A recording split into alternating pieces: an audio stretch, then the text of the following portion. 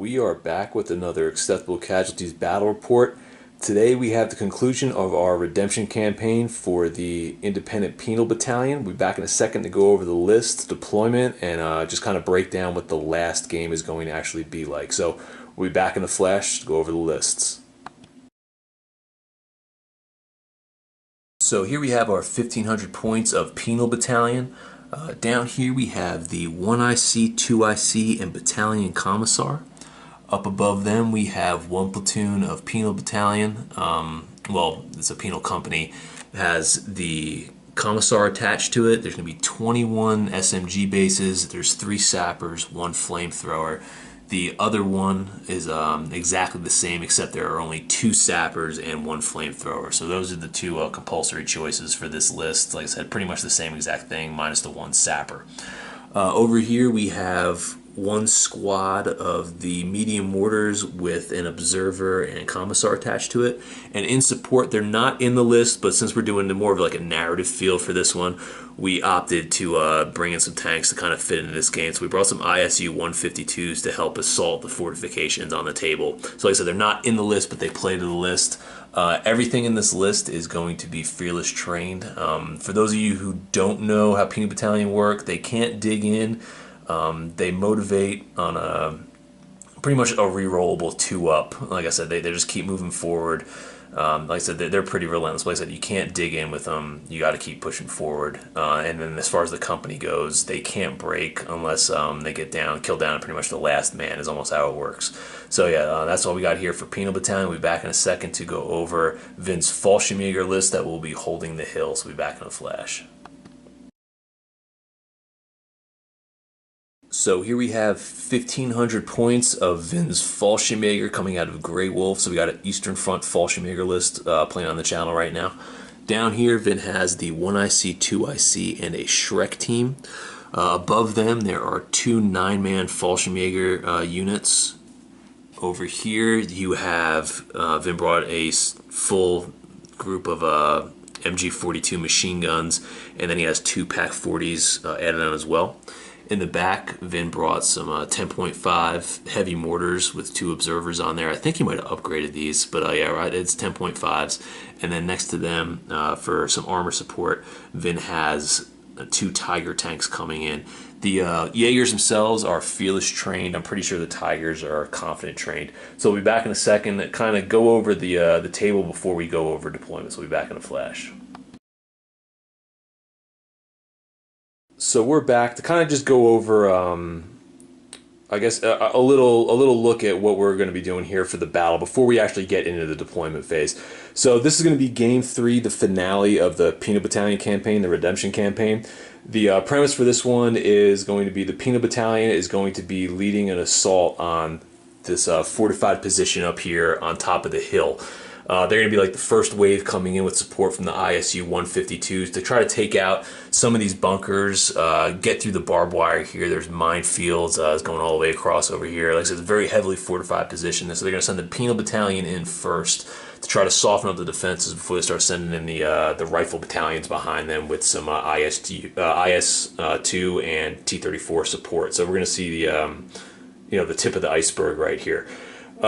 Pretty much what Vin has on the table for his 1,500 point list. Added on to that, there are 2 machine gun bunkers here that are going to be facing some of the open areas here along the railway going across. Vin also has some machine gun nests, one up on the hill there with some barbed wire in front of that, and then some minefields kind of covering the flank over here. And then on the other side, when you come toward this village, there's another machine gun bunker, some more barbed wire, and then tucked back here, covering the entrance to the village, there's another machine gun nest. So all in all, Vin might get, it might be like 300 to 400 points of defenses added on top of his list, but that's how the narrative we wanted to set up for this game. This is going to be an extremely tough push for the Penal Battalion here, trying to kind of work in there and like I said, just try to like soften the lines a little bit for the main assault. So this is what we're looking at right now as far as the story building up to the game, the reason that it's set up like this. The main objective for the mission is going to be obviously pushing forward and taking the main hill back here that has observation pretty much over the whole surrounding area, or being able to work into that village and taking out like their supply depot for the Fallschirmjager. So that's what we're looking at right here. We'll be back in a second to go over deployment and kind of just see how everything plays out. So we'll be back in a flash. Alright, so we are back for deployment. We're going to start over with Vin's side of the table first, then we'll work my way over to the Penal Battalion. So up here, Vin elected to heavily fortified this side of the table over here. So as you can see, he has his Pack 40s up there on the hill. They're going to be supported by one Fallschirmjager platoon that's going to be working their way around all over here. They'll be supported on their flank by that machine gun nest. Vin, you did what? 2 MG42s for each of the platoons, right? Yep. Yeah, okay, so you combat attached out 2 for each of those. Along the back in support, Vin's going to have his heavy mortars sitting right there on the back table edge. There's a Shrek team over there. Vin has his 2IC there, and where's the 1IC, Vin? Behind the log cabin. Oh, and then the 1IC is back over here. On this side of the table, Vin has one of the Fallschirmjager platoons with the 2 MG42s attached. They're kind of just like guarding the village here along the barbed wire line going over there, and his observer for one of his mortar teams is here, and the other observer, where'd you put the second observer, Vin? Oh, the second observer is tucked into those woods over there, out beyond the line. Really, really compassionate right there. Yeah, you stay out there while the Red Army comes over. For Vin's reserves, Vin's going to have 1 unit for delayed reserves. It's going to be the Tigers. How we're going to do it is on a roll of a 1 or a 2. It'll come in off this road. 3 or 4, Vin will get to choose the entire back table edge, and on a 5 or a 6, they'll come in off of this road. Kind of just like symbolizing them coming in from different parts of the line to help support the defense of this area where the Russians are attacking. For the Soviet setup down here, I have my mortars up on top of this hill here, and like I said, since they're a Penal Battalion, they cannot dig in, so they're just kind of hanging out on top of the hill. They're going to be supporting the ISU 152s that are pushing up here, and then going across, as you guys can see, it's just a giant line of Penal Battalion right here. There is one of the mortar observers over there in the woods. This one on this side, the Penal company right here, this is the one with only 2 sappers in it, so it's a little bit lighter. This is the main contingent right here, and as you can see, once again, I will be leading the charge, Lieutenant Joseph, pushing right into the heart of the beast. Hopefully we die gloriously, or we plant the flag on top of the hill. It's going to be one or the other. If I had to put my money down, I'm thinking that we're going to get housed on this one. But, you know, stranger things have happened in this table, so we'll see how it goes. So we'll be back in a second. Penal Battalion has first turn, so we'll be back in a flash. So we are back for top of turn 1 for the Penal Battalion. In this, just a whole bunch of oorah. So, we ended up pushing up the 152s, and both of the Penal companies just moved up their 6 inches. I'm not going to go at the double because I'm already inside, you know, the buzzsaw right now. I mean, I don't need to give it any extra shots. It's going to be bad enough as it is. For the shooting phase, I had my 3 mortars down here, try to range in up here. I needed 6s to range in. We are playing version 3 for this, if you guys aren't sure. We've been doing version 3 for the whole campaign, so just to kind of touch on that again, if you guys are wondering why there isn't blitz moves and stuff going on right now, it's because we're just we're going to wrap this up using V3, then we might do a V4 campaign later. So yeah, I tried to range in over here. I needed 6s. I didn't get any on all my rolls. So that's all happened here for the top of turn 1. This is going to be just a lot of pushing forward. Like I said, all my guys here, they don't have rifles. They're all SMG teams, so we're going to have to get within 4 inches to do any damage. So we'll be back in a second for bottom of turn 1 for the Jaegers. It's going to be a lot of shooting coming my way. So we'll be back in a flash. Bottom turn 1, Germans. So we are back for bottom of turn 1 for the Germans, and this turn got progressively worse for me as the dice continued to roll. So the only thing Vin did for his movement, he had that Shrek team over there. He swung them around at the double and is pushing them along the backside of the hill. I assume to get in better range for the ISU 152s, but as you can see, there's a little bit of smoke there. Vin fired his Pack 40 down there, got 1 hit. I ended up rolling a 1 for my save, and then Vin popped them, so we're down to just 2 ISU 152s. Over here for this platoon, I ended up taking 5 casualties from these guys, and I think Vin rolled, what, like 30 dice. So I had pretty good saves here, but they are pinned, but like I said, they rally on a 2-up because they are Penal Battalion. The sad story, we get over to here. These guys got whittled down with way less. I think there was probably like maybe 20 shots fired down from some of the rifle and machine gun teams that are all put into there. Vin ended up getting a pretty decent amount of hits, but I lost 10 guys. I just biffed on a ton of saves, so they're pinned as well. So we'll be back in a second for the top of turn 2. I think this flank's looking pretty bad, but like I said, we can still make a push at the middle. So we'll be back in a second for top of turn 2 for the Penal Battalion. Yeah, got to keep moving forward, so we'll be back in a flash. So we are back for top of turn 2 for the Penal Battalion. And once again, it was just a whole lot of moving. So we pushed up these guys up 6 inches. They're going to be in range to do something next turn. Same thing with these guys, pushed them up 6 inches. We unpinned everybody, if you were wondering. Everything got unpinned. Over here with the 2 ISU 152s, I pushed them up on the side. I opted to use, I have 50 cals on them as well as the whole mounted machine gun. So we dumped a couple shots down there. I got 4 hits on that platoon. Vin only failed 1 save, but I failed a firepower test. So they're not pinned or anything like that. And then for my mortars, I tried to range in right here. I got the range in off, but I failed to hit on all 3 of my dice. Remember, it's only 1 squad. It's not 6 mortars. It's only 3, so I don't get the rerolls. That's just the way the points worked out. So that's what we're looking at right now for top of turn 2 for the Soviets. We'll be back in a second for bottom turn 2 for the Fallschirmjager. Some good rolls here could really put a dampening on my plans. So we'll be back in a second for bottom 2 Germans. We are back for the bottom of turn 2, and not a lot of Russians left. So, all right, so for this turn, obviously Vin didn't really do any moving. He was kind of staying put. He continued to push that Shrek up along that side over there. For shooting, I guess we'll just start down here. Vin had like 20 shots, and once again, I just biffed a ton of saves over there. I've lost, that's 14, 6. Yeah, so I've lost 20 men out of that one company right now. I have like 2 rifle teams left and then a couple specialists. They're pinned over there. These guys over here fared a little bit better. I only lost like I think like 5 or 6 guys out of this, and we weathered like 32 rounds of machine gun fire from just mixes of bunkers and MG teams and everything over here, as well as a mortar bombardment. So they're pinned, but they're faring a little bit better. And then down here, the Pac 40's got 3 hits, but I ended up making 2 of my saves and had an opportunity to bail 1 out, but failed his firepower. So that's what we're looking at right now.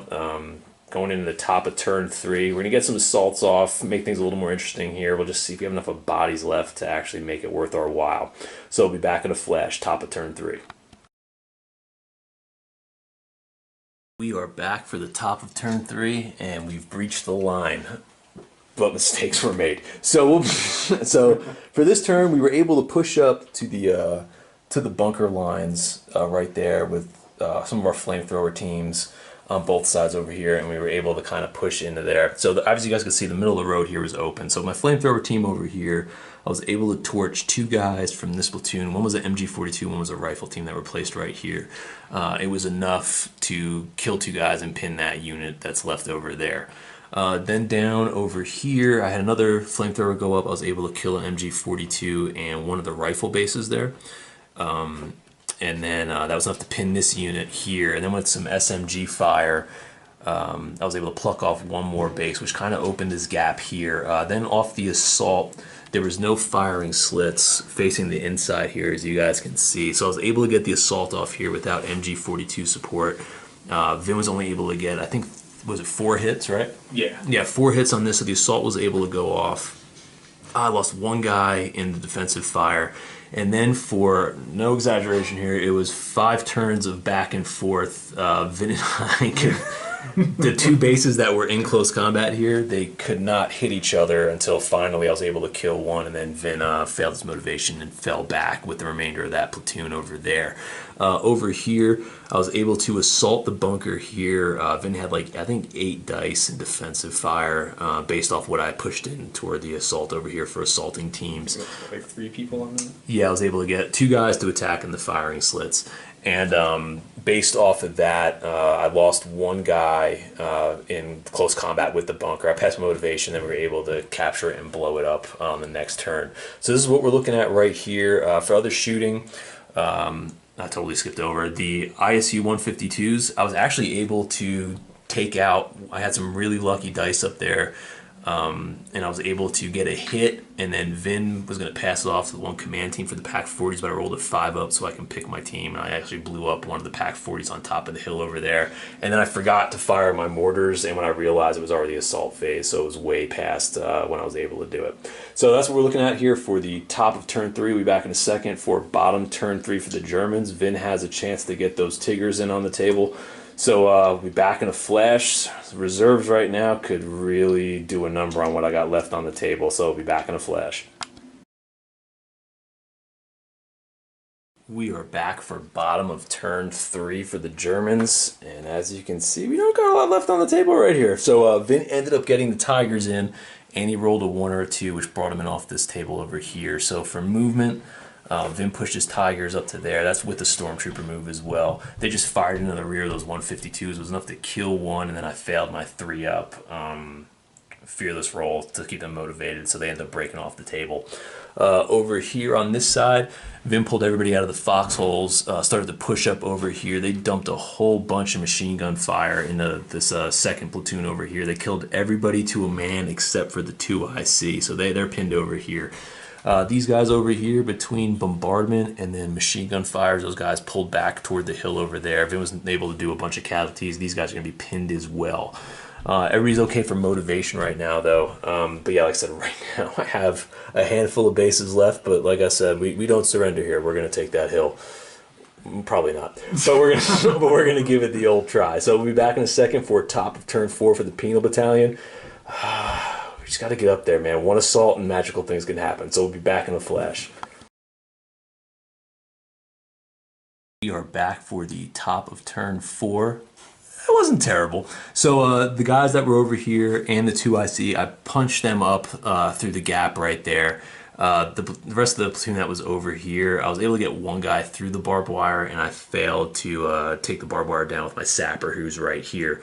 In shooting the sapper here, I was actually able to pluck out and kill Vin's Pack 40. I ended up passing my 6-up firepower after they hit, so that was pretty huge getting him out of there. Vin has one guy left, passes motivation, but I'll have last man standing checks. And then down here with my mortars, I remembered to shoot in this turn on top of the hill. I was able to get a couple hits over there. I ended up killing the Panzerschreck team. Now that the ISU 152s are gone, it doesn't matter too much. And then Vin passes other 2 saves on top of the hill over there, but they are pinned. So that's what we're looking at right now for the top of turn 4. Got a feeling here that Vin's probably going to machine gun my guys to death. Yeah. So we'll be back in a second here for the bottom of turn 4. Oh, see who's left, man. The chances of planting that red banner at the top of the hill look a little bit less and less every turn that goes by, so we'll be back in a flash. Yeah. So we are back for bottom of turn 4, and just how we thought things were going to go, they went. So, like I said, Vin pretty much stayed put with everybody. There's this giant ring over there. He failed his last man standing back over there. To start it off, Vin fired a mortar bombardment down here. He was able to get a couple hits.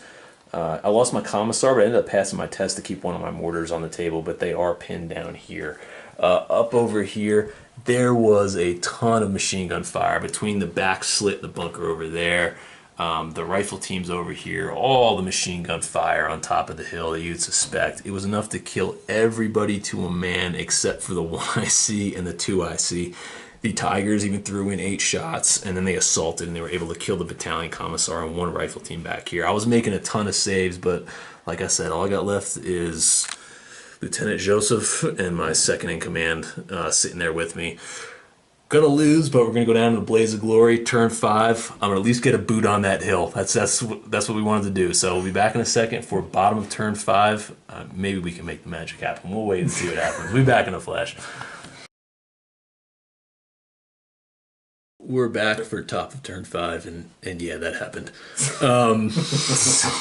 Not that it really made, in the grand scheme of things, it doesn't make that much of a difference. In this turn, so obviously everybody was able to get unpinned with the 2-up. Between the mortars getting dropped on top, and then I was able to push up and get some SMG fire in a couple of the bases there.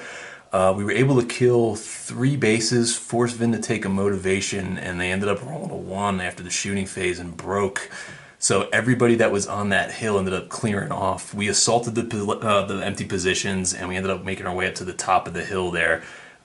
We planted the old hammer and sickle on top, but this is going to end in cinematic fashion right here with a hail of machine gun fire. What was that one meme?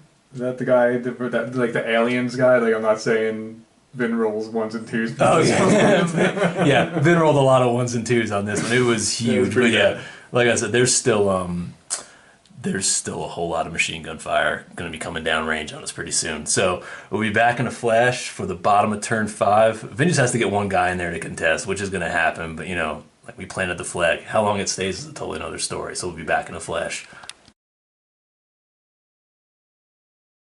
If I knew how the Soviet national anthem was played, I'd be doing it right now. But as you can see, it took Vin a load of machine gun fire. You fired what, like close to 20 rounds? More than that. Yeah, down there to take them off. Yeah. But 2IC went down first, and then the banner fell next. This was the end of the bottom of turn 5. We'll be back in a second to go over the end of game recap, how things played out. Pretty glad this one at least ended cinematically. It was an uphill battle, but we're going to go over that in the end of game recaps. We'll be back in a flash. So we're back for the end of game recap.